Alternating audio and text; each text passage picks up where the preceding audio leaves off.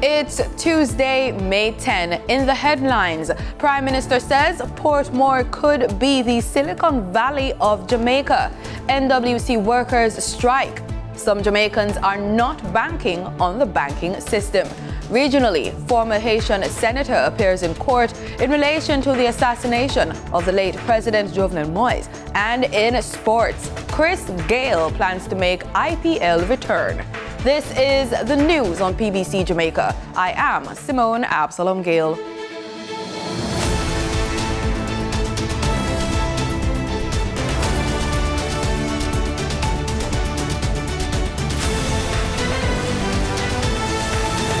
Prime Minister Andrew Holness is encouraging Jamaicans to buy into the vision of Portmore becoming the Silicon Valley of Jamaica. Silicon Valley is in the U.S. state of California. It serves as a global center for high technology and innovation.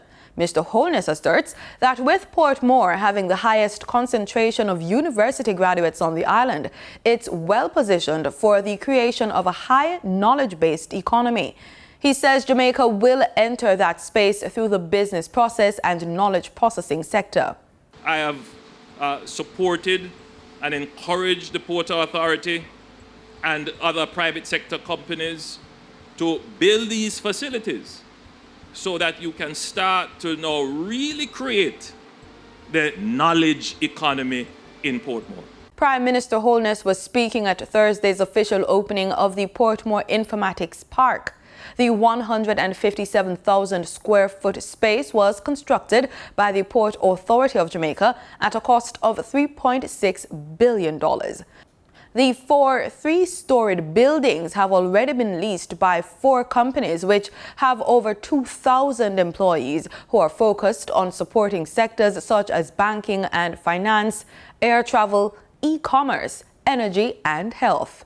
Just about 2,000 employees of the National Water Commission, NWC, took industrial action on Tuesday.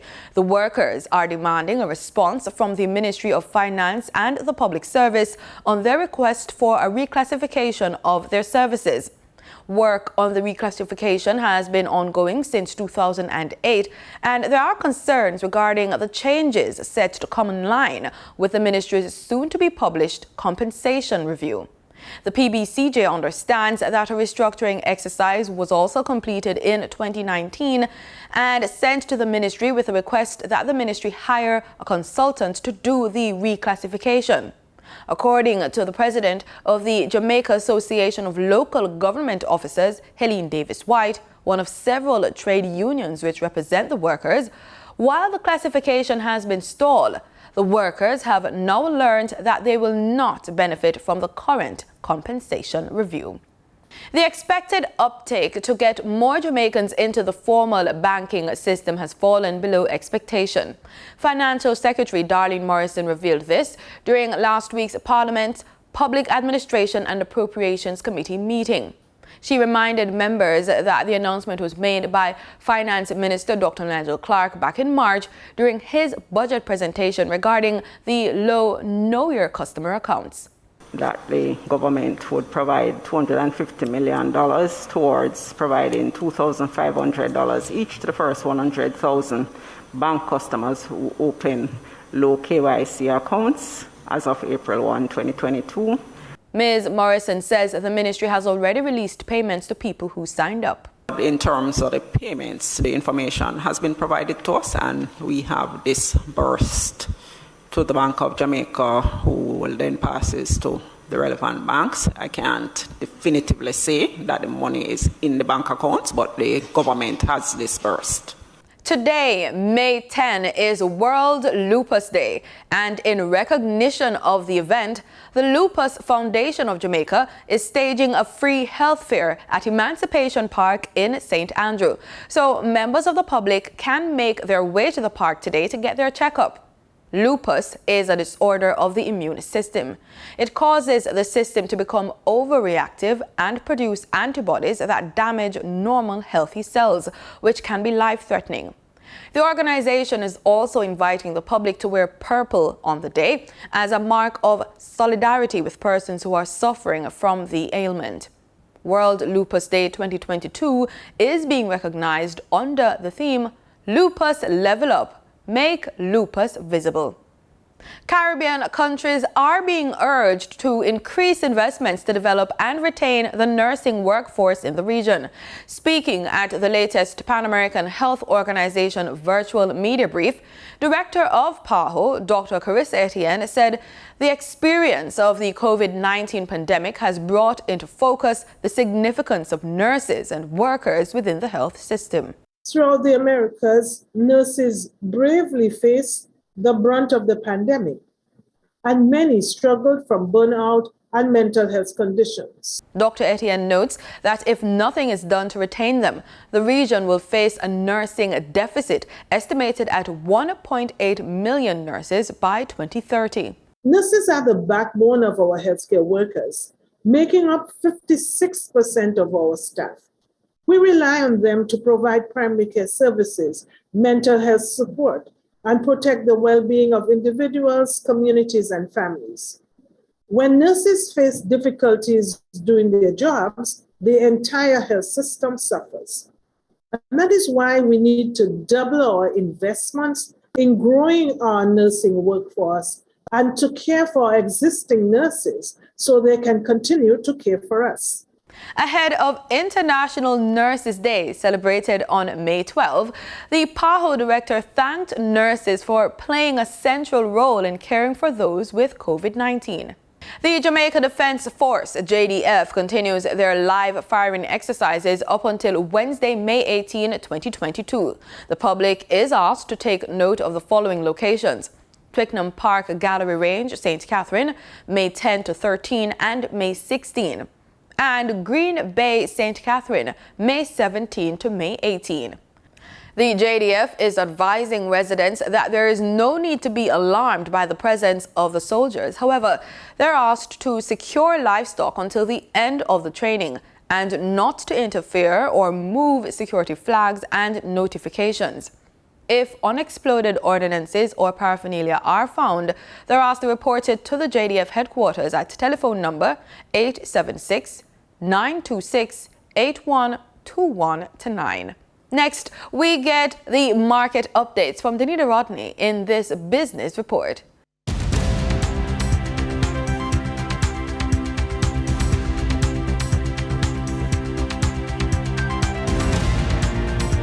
The National Business Model Competition, organized at the local level by the Development Bank of Jamaica, DBJ, through its Boosting Innovation, Growth and Entrepreneurship Ecosystem program, came to an official end on May 6, 2022.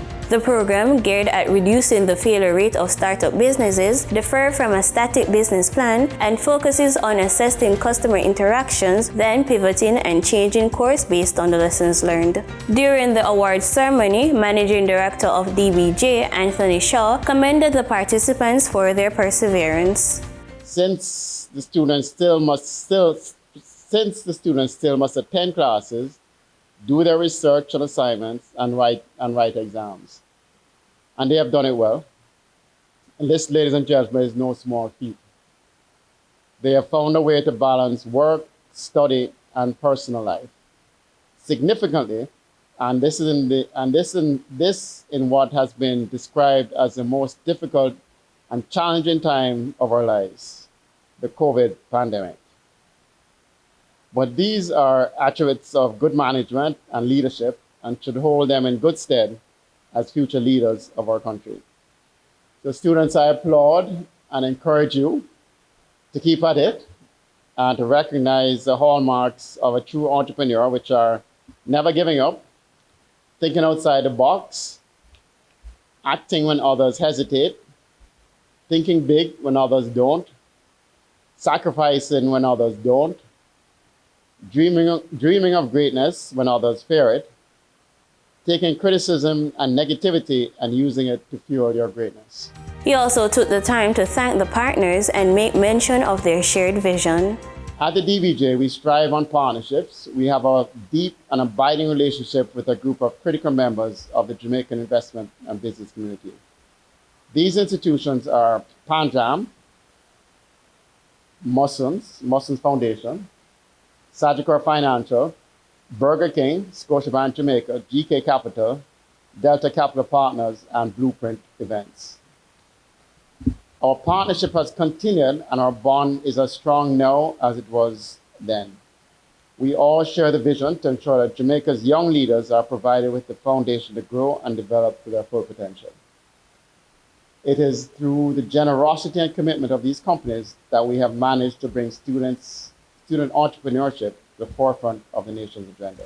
The competition saw Medija Traditions from the University of Technology, UTech, emerge as the winner, securing a cash prize of $2 million to kickstart their new innovative healthcare business. Now for your market updates. In foreign exchange trading for Monday, May 9, the US dollar sold for an average of $155.83. The Canadian dollar ended trading at $122.47. The pound sterling traded for $191.43, and the euro sold for an average of $164.94. The following reflects the movement of the JSE indices in Monday's trading session. The JSE index declined by 1,070 points to close at over 400,000 units. The junior market index advanced by 45 points to close at over 4,000 units. The combined market index declined by 600 points to close at over 400,000 units, and the All Jamaican Composite Index declined by 1,039 points to close at over 400,000 units. Overall market activity resulted from trading in 110 stocks, of which 40 advanced, 64 declined, and 10 traded firm. Stocks advanced for AFG Packaging and Paper Company Limited, Berger Paints Jamaica Limited, and CAC 2000 Limited. Stocks declined for 138 Student Living Jamaica Limited, 1834 Investments Limited, and Access Financial Services Limited. Trading firm were Derrimon Trading Company Limited, Epley Limited 7.75% preferred shares, and Equity Line Mortgage Investment Corporation preferred shares. The following companies represent the overall volume leaders: Derrimon Trading Company Limited with over 13 million units, Spurtree Spices Jamaica Limited with over 10 million units, and JFP Limited with over 3 million units. In regional stocks in Trinidad and Tobago, 0 securities were traded. On the Barbados Stock Exchange, Government of Barbados Bond Series B was the volume leader with over 300,000 shares, followed by Epley Caribbean Property Fund Development Fund with 1,000 shares.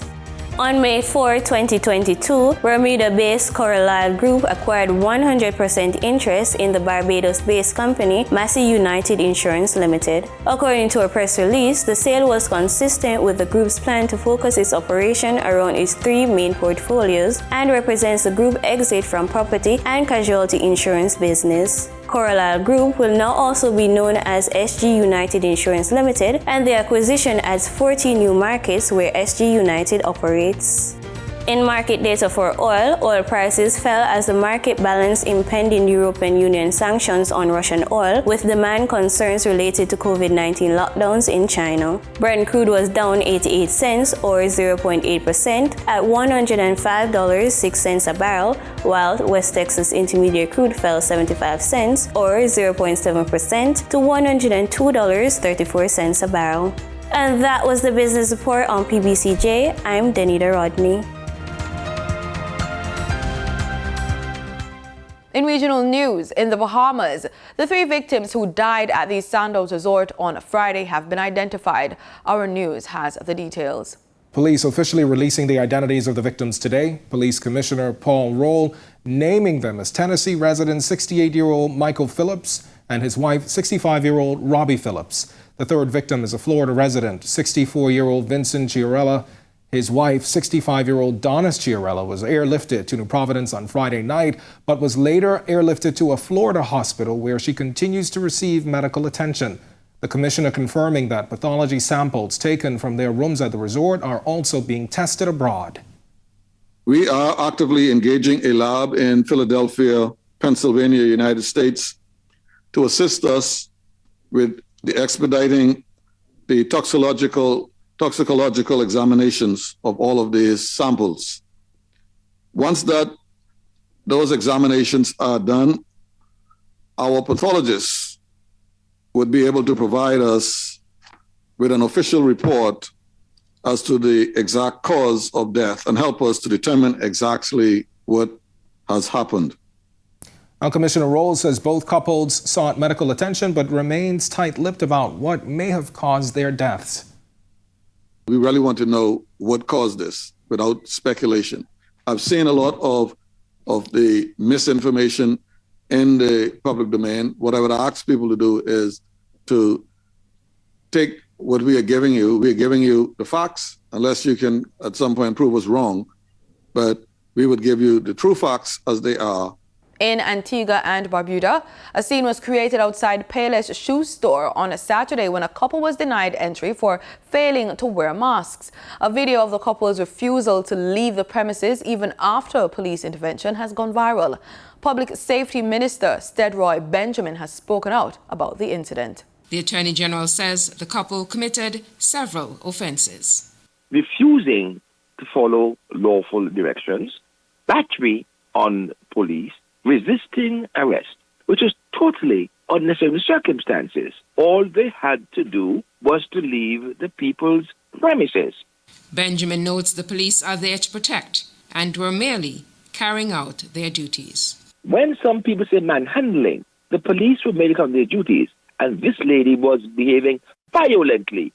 From what I saw on the video, that lady was violent, kicking, resisting, and thumping. And after all, the police are humans too. He notes it's unfortunate the children had to witness the incident. They were traumatized. It's clear you could see that. But it was brought on by the conduct of one person in particular, the mother. In my view, the mother was the one who brought the situation to a head, and the police only acted on the instructions of a store owner that he or she didn't want that person in their premises. A.G. Benjamin says children must be taught from a very early age to respect law and authority. He expresses hope common sense will prevail, the matter will be looked at differently, and to be resolved otherwise than through the courts. A former Haitian senator charged with the July 7 assassination of Haitian President Jovenel Moïse last year says he trusts the American justice system. John Gel Joseph, who was extradited from Jamaica last weekend, told the presiding judge Lauren Lewis that he had not been employed over the past year.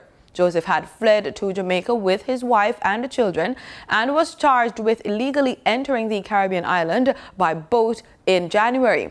Apart from Joseph, the other two people charged in the United States are Mario Antonio Palacios, a former Colombian soldier, and Rodolphe Jarre, a Haitian businessman and convicted cocaine trafficker.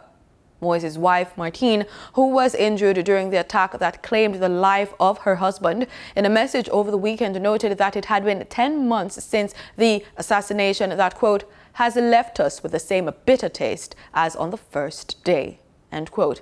The men are all accused of conspiring to commit murder or kidnapping outside the United States and providing material support resulting in Moise's death.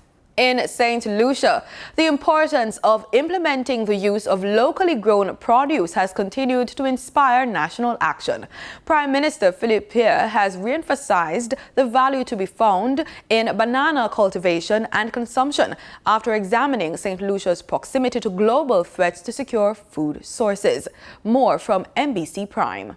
The exploration of the versatility of one locally grown fruit crop and efforts to highlight the creations of local agro-processors has culminated in a celebration of all things fig, from the use of leaves in cultural traditions to culinary delights emerging from the non-traditional use of bananas.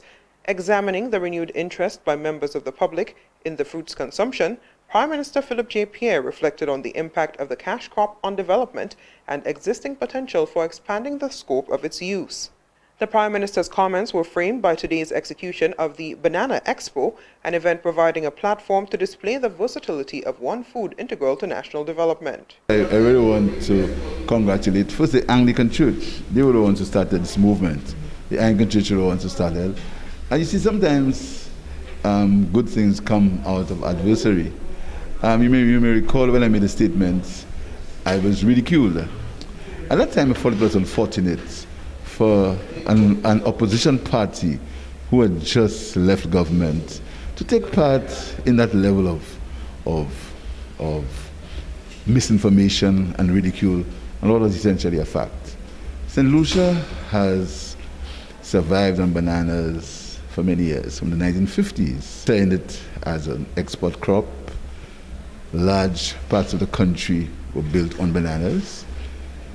Then things changed in the early 90s. The event prompted the gathering of agro-processors, technocrats, and students of the culinary arts at Constitution Park. According to the Prime Minister, loss of St. Lucia's competitive advantage due to trade law adjustment should have prompted a pivot from traditional uses of the food crop. So the right thing to do at the time, even before that, was to try to get the byproducts from the banana plants.